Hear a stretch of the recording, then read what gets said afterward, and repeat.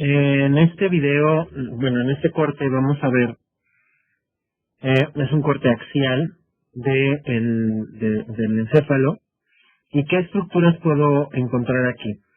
Primero, vamos a ver que esto que estoy dibujando aquí es el ventrículo lateral, que es bastante largo, entonces tiene un cuerno anterior y un cuerno posterior. Entonces, estas estructuras, las más mediales son los ventrículos laterales, y aquí en el centro se unen y ya desembocan al tercer ventrículo. Luego, la estructura que sigue en esta zona son los tálamos, que son parte del diencéfalo. Luego tengo esto que está aquí, que es el núcleo lenticular de cada lado, con sus dos porciones, el globo pálido y el putamen. Y tengo otro núcleo que está acá, que es parte del núcleo caudado. También es parte del diencéfalo, la base. Y en medio tengo a esta estructura que es la cápsula interna, que tiene una rama anterior, una rodilla, una rama posterior y una porción retrolenticular. Esas son las porciones de la cápsula interna. Después de que es sustancia blanca, todo lo que les dibujé acá, los ventrículos son espacios, esto azul, verde y rojo, que es tálamo, núcleo caudado, núcleo lenticular, pues son somas neuronales o son núcleos. Después de eso tengo a la cápsula externa. Luego tengo otro grupo de somas neuronales que se llama claustro. Luego tengo más fibras neuronales que se llama cápsula extrema. Y al final tengo a la corteza cerebral, que aquí se sume y está el lóbulo de la ínsula. Entonces, ¿por qué es importante este corte axial? Es importante porque es lo que tienes que analizar. Esta es la base de la interpretación de una tomografía axial computarizada. Entonces tú tienes que aprender a distinguir en una tomografía estas estructuras anatómicas. Si tú comparas esta imagen con un corte tomográfico, pues te podrás dar cuenta que son las estructuras, nada más que esta es la parte anatómica y de ahí sale la tomografía. Lo importante entonces es saber diferenciar a partir de la parte más central, que es el surco interhemisférico, hacia lo más lateral.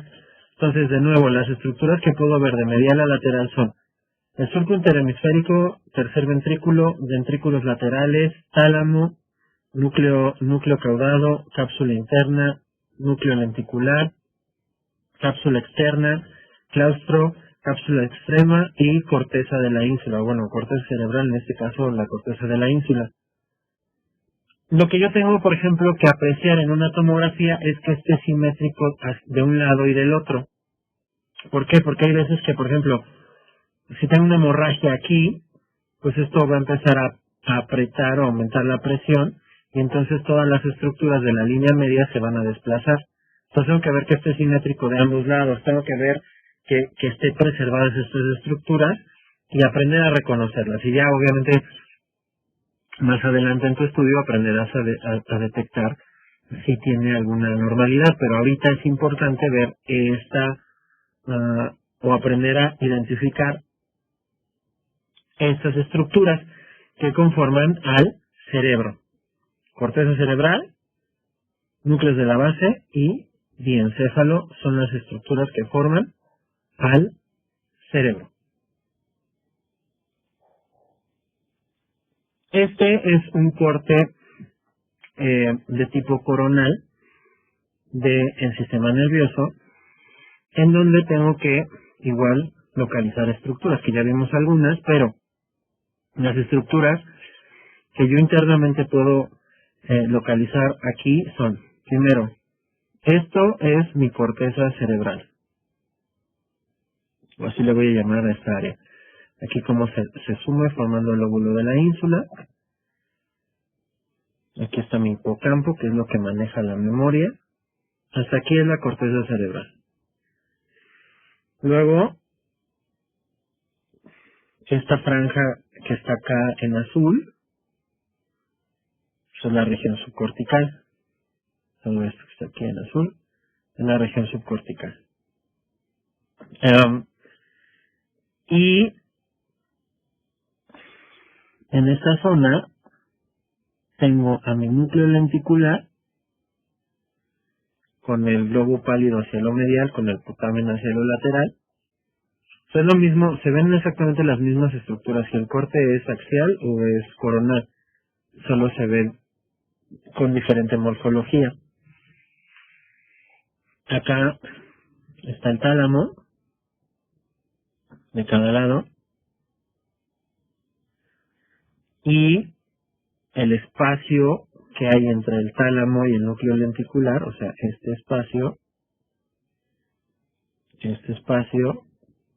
es la cápsula interna. Esas son las estructuras que forman o que se puedo apreciar aquí, que forman al cerebro. Esto es cuerpo calloso. Y hacia abajo voy a tener en esta zona, esto es mi mesencéfalo. Estos manchones negros que se ven aquí son la sustancia negra. Se ve negra porque está formada de dopamina. Es la que se vincula con la enfermedad de Parkinson.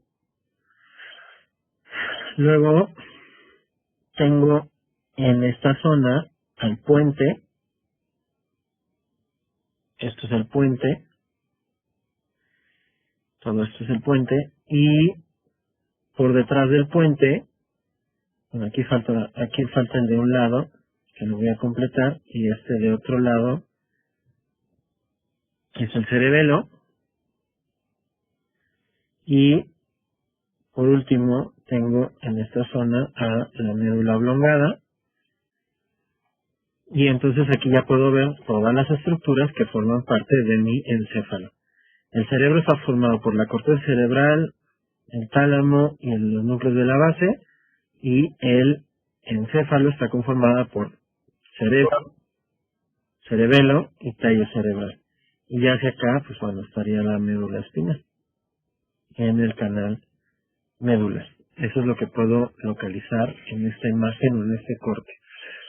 Si vemos también, ya habíamos hablado en una imagen previa, de los ventrículos. Estos dos serían mis ventrículos laterales, el ventrículo lateral derecho y el izquierdo, que desembocan en el tercer ventrículo, que es el que estaría aquí. Luego continúa el acueducto, cuarto ventrículo, conducto ependimario hacia la cisterna sacra. Entonces, en una vista o en un corte de tipo axial, el sistema ventricular está formado, como ya les dije, por dos ventrículos laterales que se unen y llegan al tercer ventrículo, se abren hacia el cuarto ventrículo, acueducto y conducto ependimario para llenar la cisterna sacra. Este es el sistema ventricular y que es lo que estoy representando acá, que es como se fluye el líquido cefalorraquídeo internamente en el sistema nervioso. En esta imagen puedo apreciar ya, retirando la corteza cerebral y a nivel de la cápsula interna, puedo ver cómo las estructuras que estoy apreciando o que se pueden apreciar en esta zona son aquí en esta parte. Esto son los pedúnculos cerebrales del mesencéfalo. La fosa interpeduncular, hacia acá abajo está el puente y la médula oblongada. O sea, esto que estoy señalando en azul es el tallo cerebral. Vean como los pedúnculos cerebrales se conectan con esta estructura que está aquí, circular, que es el tálamo. Y vean cómo hacia lo lateral del tálamo está esta otra estructura circular que es el núcleo lenticular. Y vean cómo entre los dos hay fibras,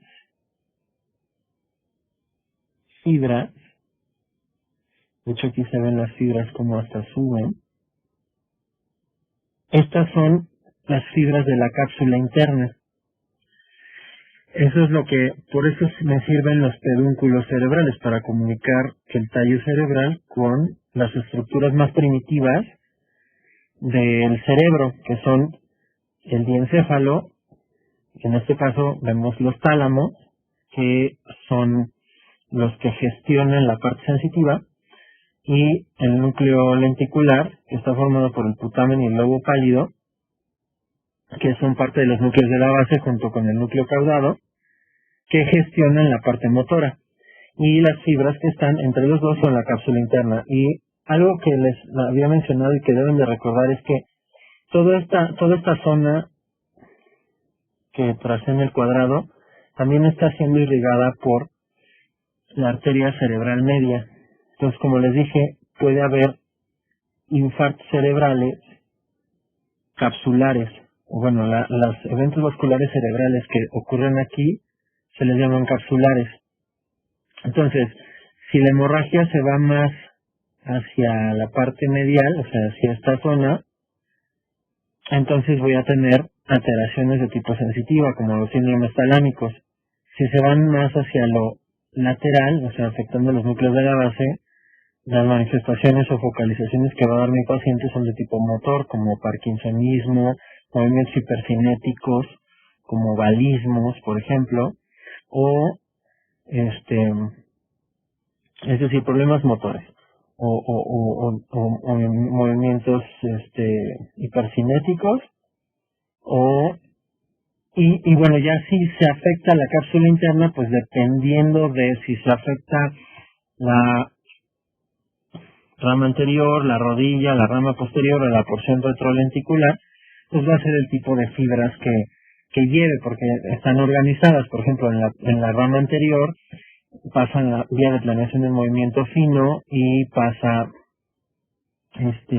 algunas fibras tálamo-corticales. En la rodilla pasa otra parte de la vía de planeación pasa la vía córtico-nuclear, y pasan también fibras tálamo-corticales, entonces son fibras sensitivas.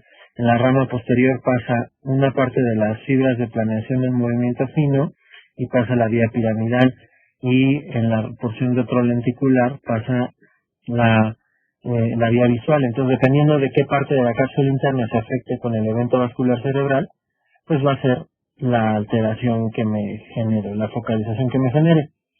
En este caso, por ejemplo, ya hablando de el tallo cerebral y su relación con el tallo cerebral y el cerebelo, su relación con el cerebro, pues es mediante los pedúnculos cerebrales.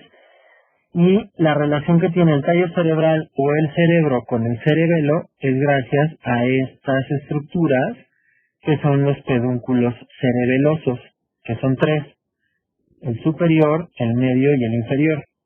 Y eso conecta al cerebro y al tallo cerebral con el cerebelo, la región de los pedúnculos cerebelosos.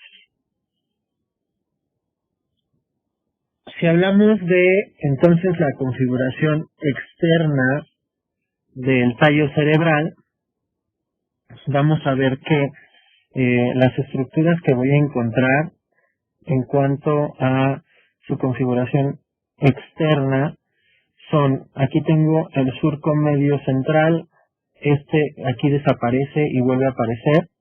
A esta zona que está aquí se le llama decusación de las pirámides, continúa como surco basilar y se abre a nivel del mesencéfalo para formar la fosa interpeduncular. Interpeduncular pues entre los pedúnculos cerebelosos.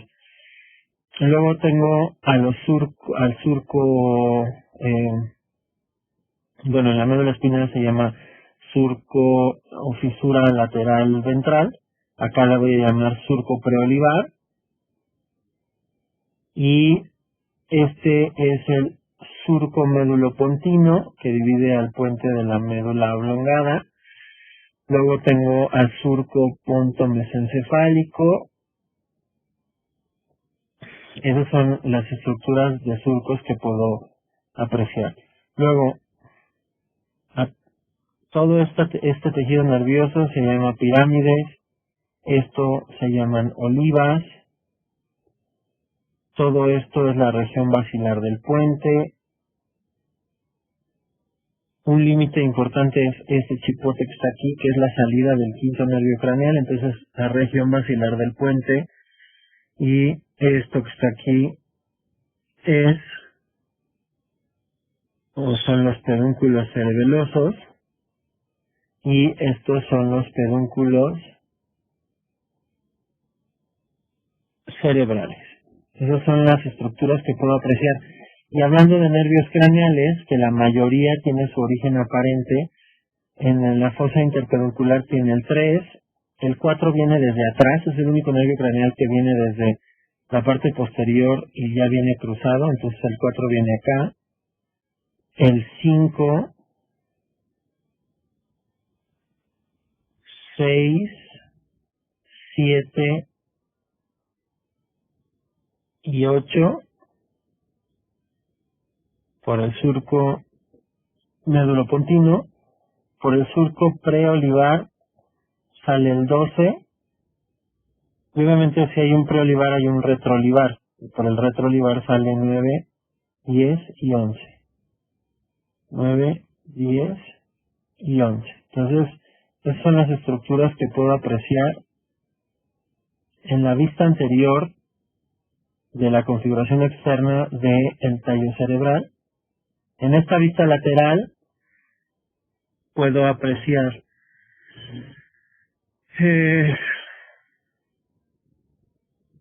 la oliva, las pirámides, la columna de cuneiforme, la columna de grácil, la región peduncular, cerebelosa, la región basilar del puente, el pedúnculo cerebral, el tegmento y el tectum. Y de surcos, pues tengo al surco preolivar, retroolivar, el surco intermedio lateral dorsal, la fisura lateral y la central, ¿no? El surco médulo-pontino y el surco ponto-mesencefálico. Así es como son las estructuras que puedo localizar en el tallo cerebral en una vista lateral, y en la vista posterior las estructuras que puedo encontrar son, primero, aquí puedo apreciar el cuarto ventrículo. Aquí están los pedúnculos cerebelosos, que más o menos se ven así, el medio, el superior y el inferior. Folículos superiores, que son parte de la región tectal del mesencéfalo, y que sirven los folículos superiores como relevo de la vía visual. Los folículos inferiores, que son relevos de la vía auditiva. Y luego de estructuras tengo lo que divide la parte del mesencéfalo de la parte del puente, que se llaman, la parte de la médula oblongada con la parte del puente, que se llaman estrías medulares. Voy a ver al colículo del facial, al área vestibular, y ya la parte que corresponde a la médula oblongada, al trígono del vago y del hipogloso de cada lado.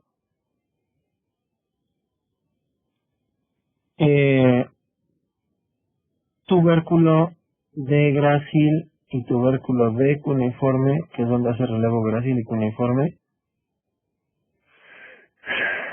Y esas son las estructuras que le corresponden a el piso del cuarto ventrículo, vistas desde atrás. Entonces, el área del vómito en proyectil y el centro cardiorrespiratorio están exactamente aquí, en esta zona de cuadro verde. Y las amígdalas cerebelosas, aquí ya no se ve el cerebelo, pero si yo pongo dónde están las amígdalas cerebelosas, más o menos estarían a este nivel. Entonces, un aumento en la presión al cerebelo, estas los apachurran al centro cardiorrespiratorio. ¿Sí? En esta imagen del tallo cerebral y el cerebelo podemos apreciar cómo se ven algunos nervios craneales, pero del cerebelo específicamente vamos a ver lo siguiente. El cerebelo se fue creciendo de adelante hacia atrás en el desarrollo filogenético, y entonces las porciones que tiene el cerebelo está compuesto por 3 lóbulos. Esta estructura que se ve aquí se llama flóculo, y si quitara el tallo cerebral, exactamente en el centro estaría el nódulo. Entonces tengo un lóbulo del cerebelo que se llama flóculo, que serían estos dos, uno de cada lado, y el nódulo que está en el centro. Ese es el arquicerebelo y es el que se encarga de controlar cuestiones de equilibrio. De hecho, se conecta con el vestíbulo del oído interno. Luego creció y se encargó, aquí aparece una fisura que se llama fisura primaria, y entonces esto que estoy encerrando en azul es el lóbulo anterior del cerebelo, o también filogenéticamente se llama paleocerebelo, y este se encarga de controlar los movimientos gruesos de el cuerpo, o sea, las vías extrapiramidales.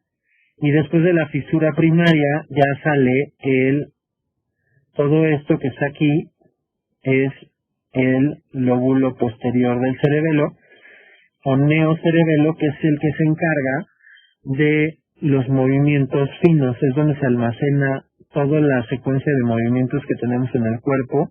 Entonces también se le conoce como neocerebelo porque es el más nuevo. Y del parte del neocerebelo, esto que está aquí, esta estructura es la amígdala cerebelosa, y ven la relación tan estrecha que tiene con el tallo cerebral. Entonces un aumento en la presión aquí empuja a la amígdala hacia acá y apachurra el centro cardiorrespiratorio. Por eso es tan importante tomar en consideración, el centro cardiorrespiratorio es parte de la médula oblongada, no está en la amígdala. Más o menos a este nivel estaría el foramen magno. Entonces lo que hace es que se aumenta la presión. El único sitio por el cual podría desfogarse es en el foramen magno, y eso es lo que mata a una persona cuando hay un síndrome de aumento en la presión intracraneana. Entonces esa es la configuración o la conformación del cerebelo.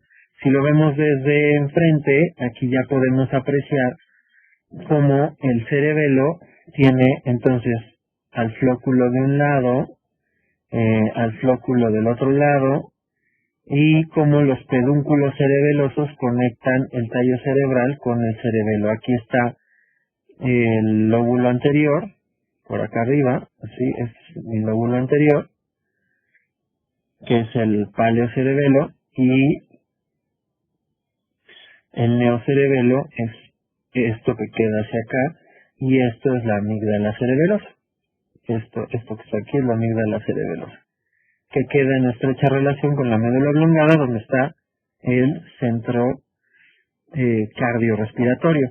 Si hacemos un corte en el cerebelo, específicamente en el centro del cerebelo se conoce como vérmix cerebelosa, y de hecho aquí se ve como, por eso el cerebelo significa pequeño cerebro, porque la sustancia blanca queda en el centro.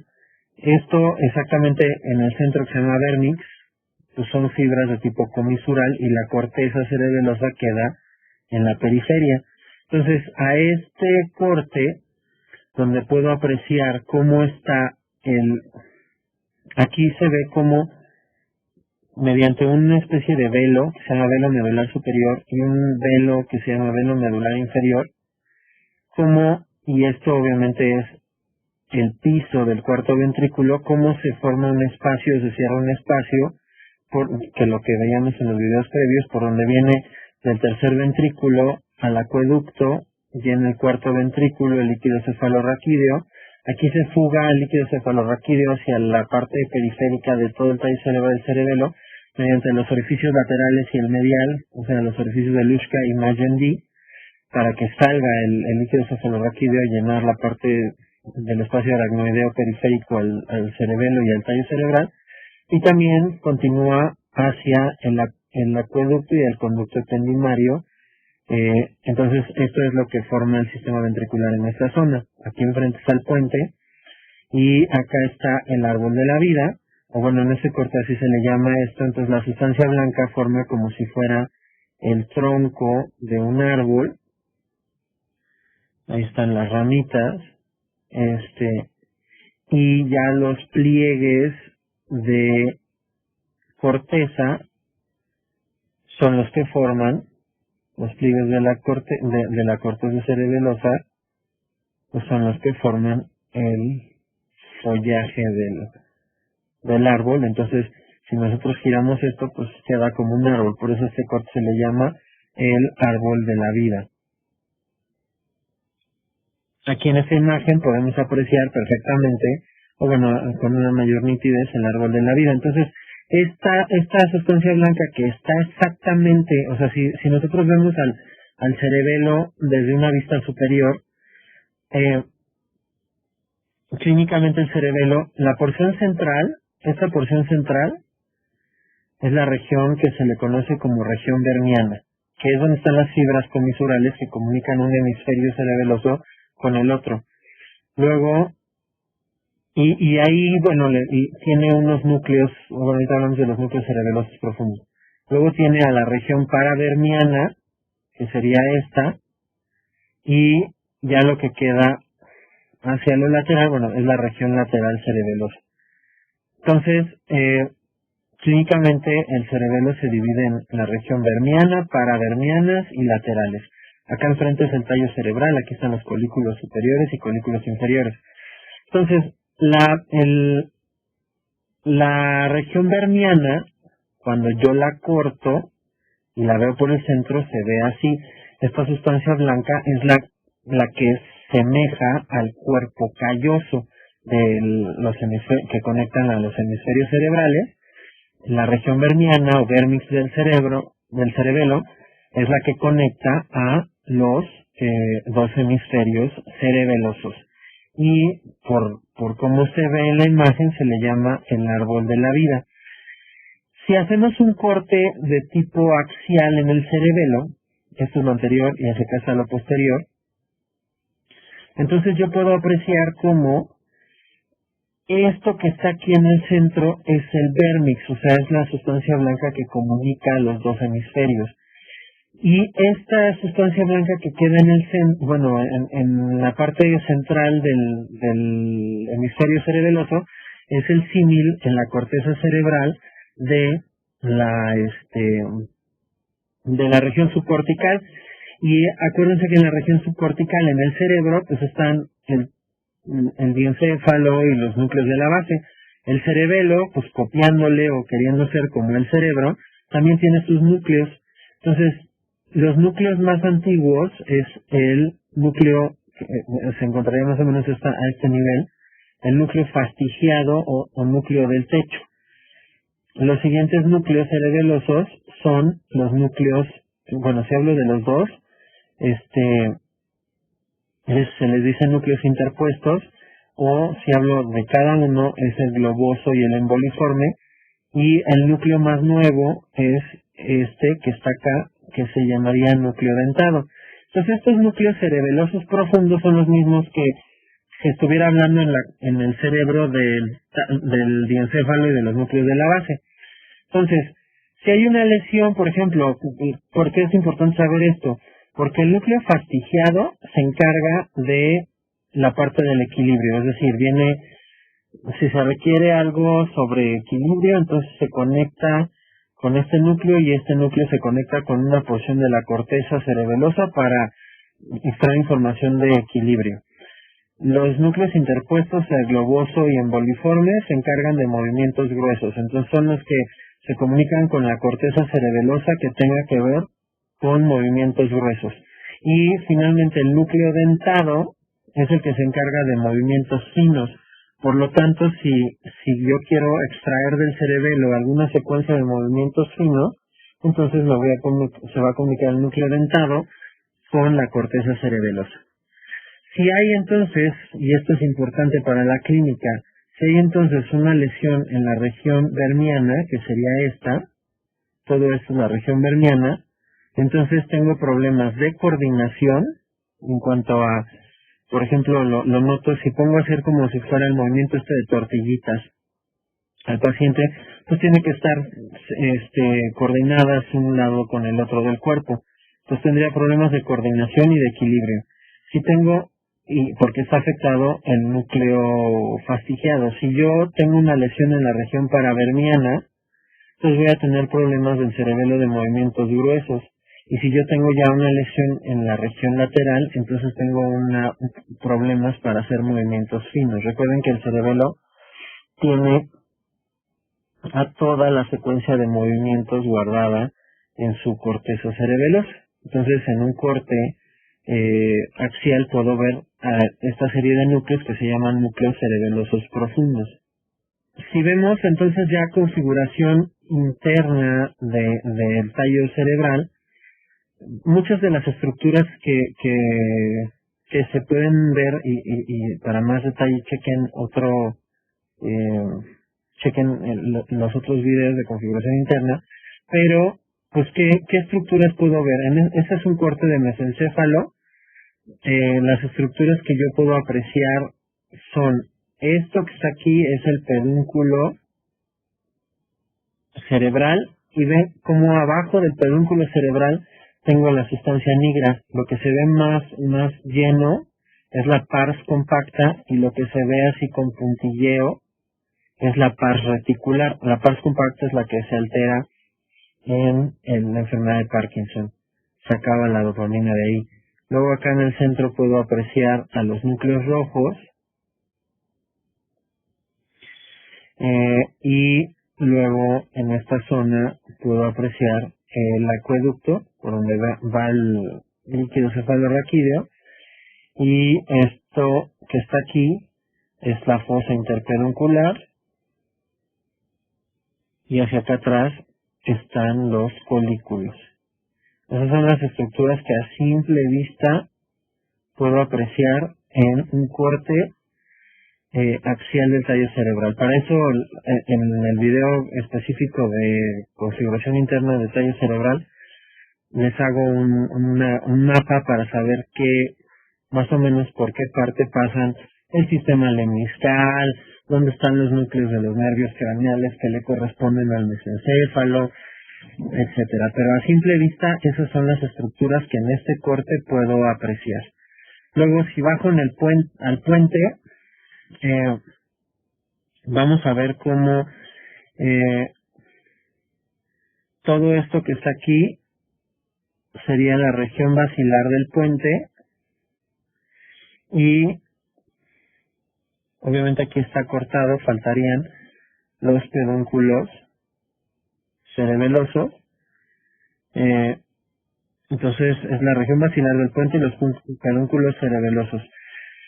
En el puente, si nosotros apreciamos las líneas blancas que se ven aquí en la región en la parte más anterior del puente, estas líneas blancas que tengo son el cruce de la vía de planeación del movimiento fino, y estos puntitos estas áreas como grises que se ven aquí son las fibras de la vía córtico-espinal o vía piramidal o vía motora fina. Y aquí no se notan, pero hay algunos puntitos que corresponden a los núcleos pontinos, que son relevo de la vía de planeación del movimiento fino. Y en la parte más posterior, o sea, estos manchones grises que se ven aquí son núcleos de nervios craneales que le corresponden a el puente, como el motor y sensitivo del trigémino, el 6, el 7 y el 8 le quedan orientados hacia la parte posterior de la región del puente. Y ahora del otro lado, pero ya en la médula oblongada, estructuras que puedo localizar a simple vista son esto que está aquí, es la pirámide, por donde va la mayor parte de la vía piramidal o vía motora. Esto es el núcleo olivar, que es un núcleo motor de vías extrapiramidales.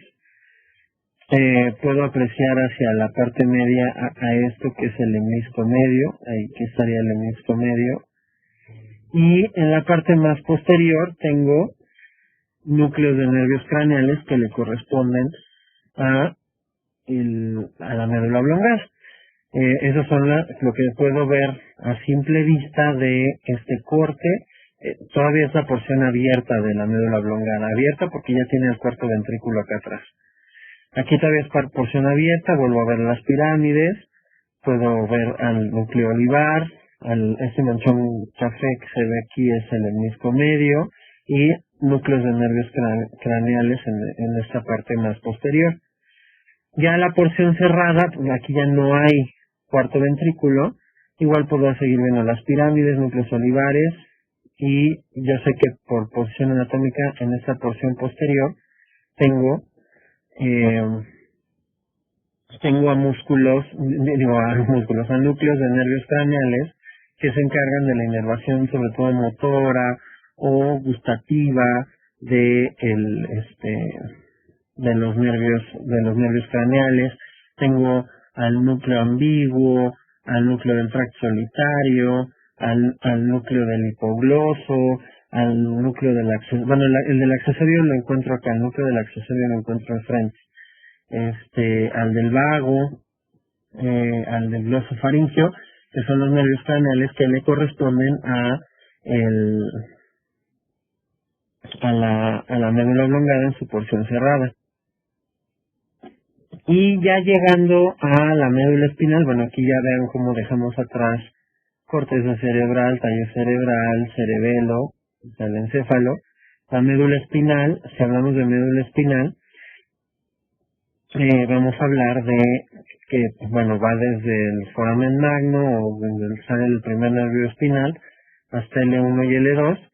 Va a tener dos agrandamientos o intumescencias, que es la intumescencia cervical, donde salen y llegan los nervios periféricos que controlan la extremidad superior, y tengo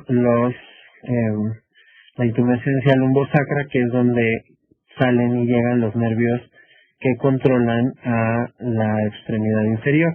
Aquí si vemos esta imagen en la parte final de la médula espinal, a la terminación de la médula espinal se le conoce como cono medular, y de ahí salen los nervios periféricos que forman la cauda equina, se desprende del cono medular.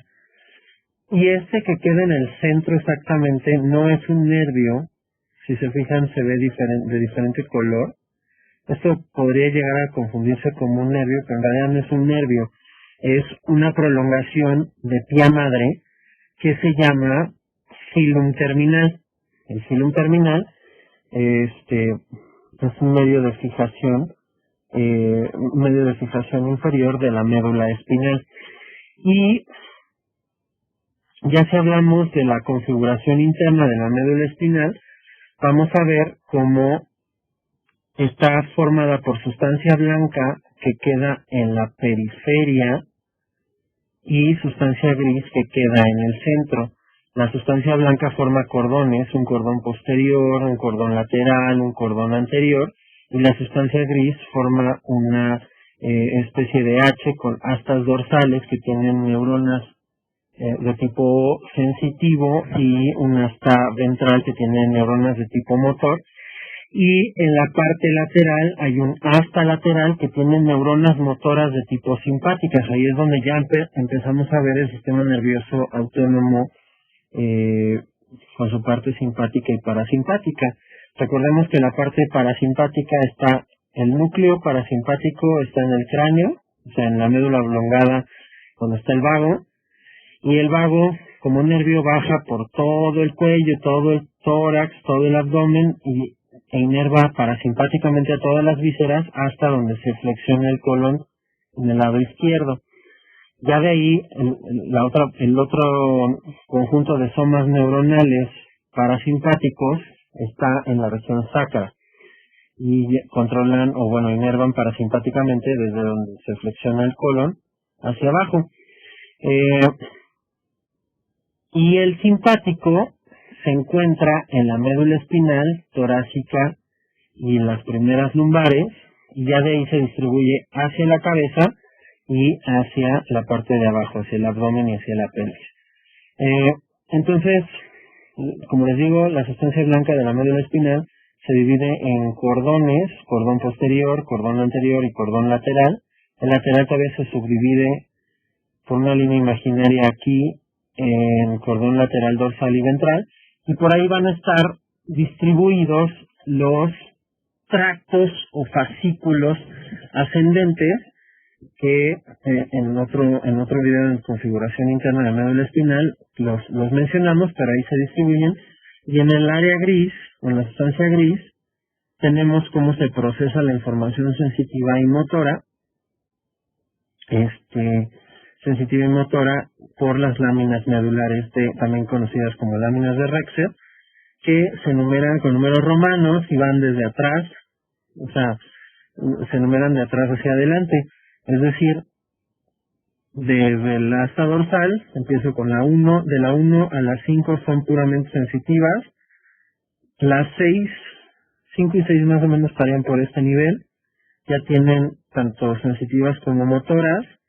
7, 8 y 9 están en el asta ventral, que son motoras, y la más grande es la 7, y la 10 está aquí en el centro, rodeando el conducto ependimario, que es ese, que son interneuronas, que son fibras que conectan el lado derecho con el lado izquierdo de la sustancia gris, y entonces estas son las que, esta es la lámina 10, pues si recordamos el tipo de fibras que se tienen, son fibras de tipo comisural, porque comunican un lado con el otro de. Y ya de aquí, por ejemplo, si hablamos de cómo está configurado un nervio periférico, lo que podemos hablar es que se activa un receptor, viaja a la aferencia, hace relevo en el ganglio espinal y entra a la raicilla nerviosa por la fisura lateral dorsal, hace relevo con la sustancia gris de la médula espinal. Y esa es la parte sensitiva. Y la parte motora, ya se procesa la información acá, y de la neurona, la última neurona que está aquí, manda una fibra, sale la raicilla nerviosa por la fisura lateral ventral y ya va a dar la respuesta hacia un músculo determinado. Entonces, el nervio espinal periférico está formado tanto por su porción nerviosa sensitiva como su porción motora. Y en el mismo nervio, gracias a una célula que se llama célula de Schwann, la va enrollando, le va haciendo una vaina de mielina y entonces ya se forma el nervio periférico, pero adentro tiene tanto una parte sensitiva como una parte motora. Así es como se forma el nervio periférico, que ya viste el nervio periférico, es igual que un nervio craneal. Esta es la parte, son las raicillas sensitiva y motora, y que es igual que un nervio craneal, que ya va, o sea, tiene tanto, bueno, el nervio craneal puede ser puramente motor, puramente sensitivo o mixto. En el caso del nervio periférico es ambos, tiene tanto su parte sensitiva como su parte motora.